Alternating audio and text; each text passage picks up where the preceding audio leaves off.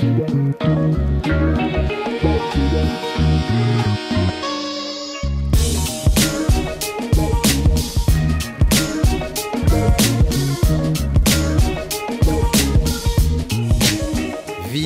du Maroc.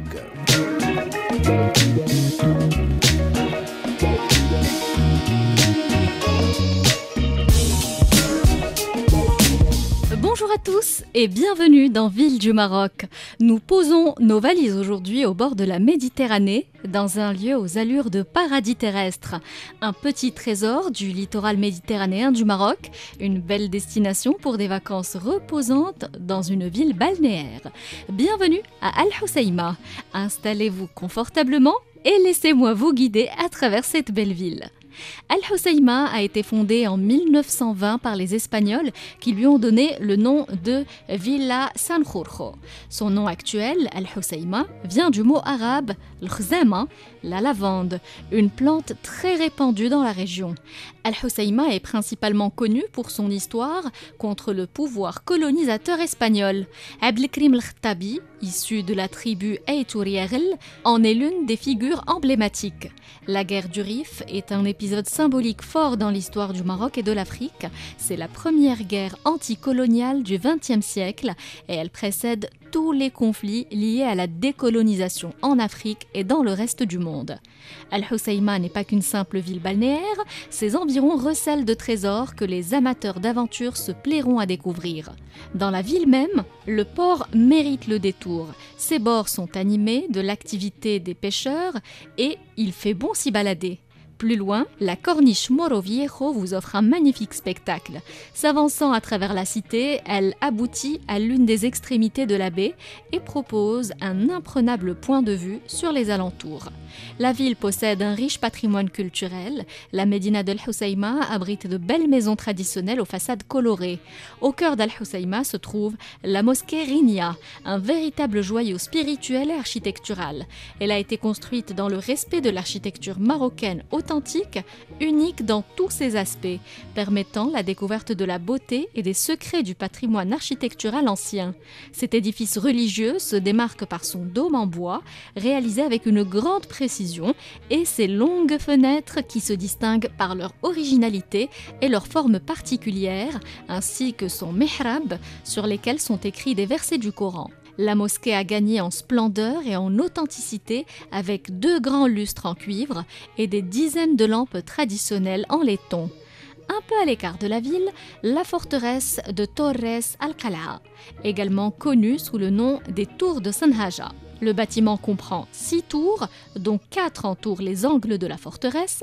La 5e est située au-dessus de la porte d'entrée. La 6e a quant à elle été construite durant la période de l'occupation ibérique et conçue sous une forme circulaire.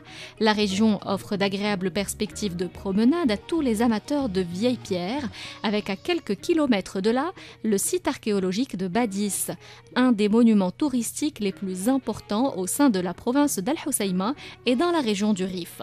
Ce monument unique en son genre, construit au début du XIIe siècle par la tribu Zneta, attire nombre de chercheurs, d'explorateurs mais aussi de visiteurs qui se rendent sur le site afin de découvrir la beauté de ce lieu archéologique et ses caractéristiques diverses et exceptionnelles.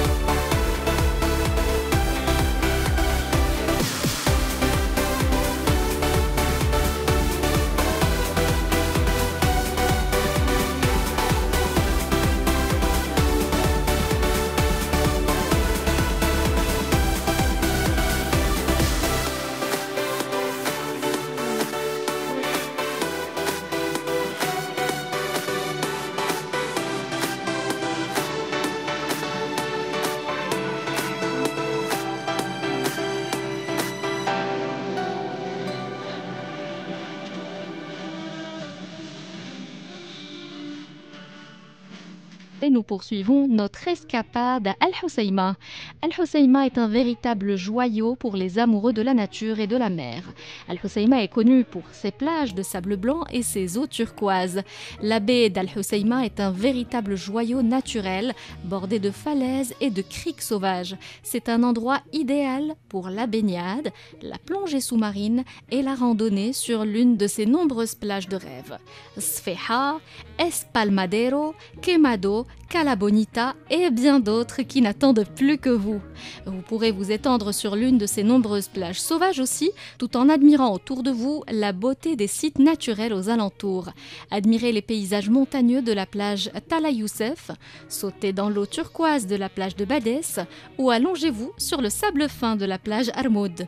N'oubliez pas de faire le plein de souvenirs grâce aux nombreux objets typiques de ce petit coin du Rif que vous trouverez sur les étals et dans les boutiques d'Al Hoceima et des localités alentours. Al Hoceima est fameuse pour sa baie, ses plages idylliques. Beaucoup ne la considèrent que par ses côtes et n'y voient qu'une station balnéaire parmi d'autres. C'est oublier que derrière la mer s'étendent des montagnes, que la ville dispose d'un arrière-pays parmi les plus beaux du Maroc. Le parc national d'Al Hoceima est parcouru d'un sentier que peuvent emprunter les marcheurs. Les paysages sont sublimes, très verts au printemps, plus clairsemés pendant l'été, ils baignent dans la claire lumière du soleil marocain. S'y promener est un réel délice.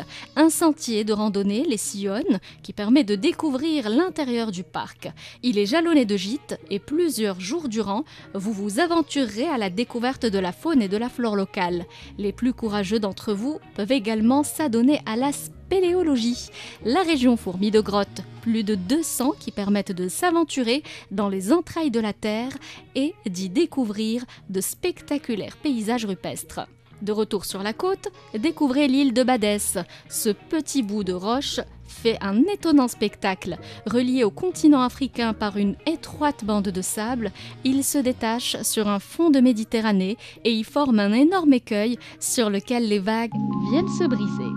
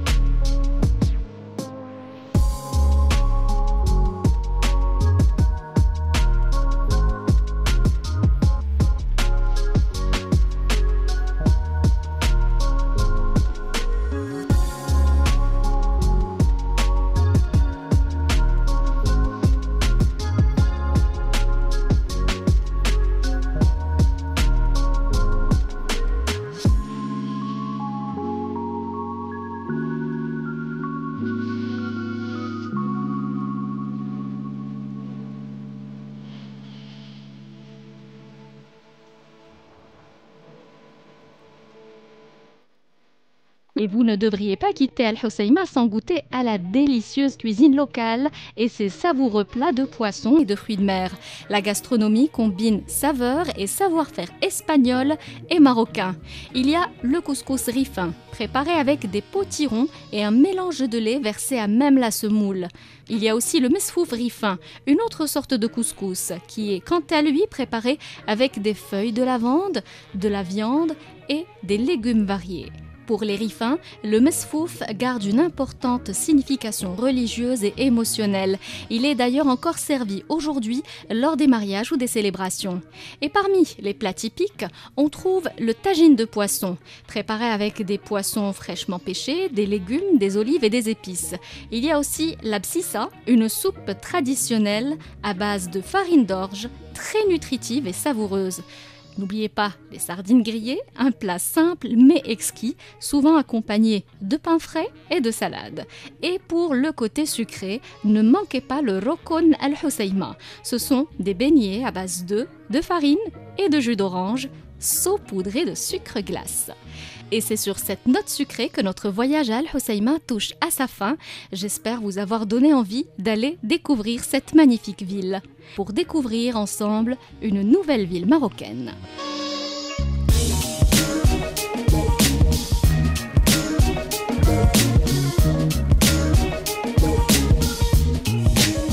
Ville du Maroc.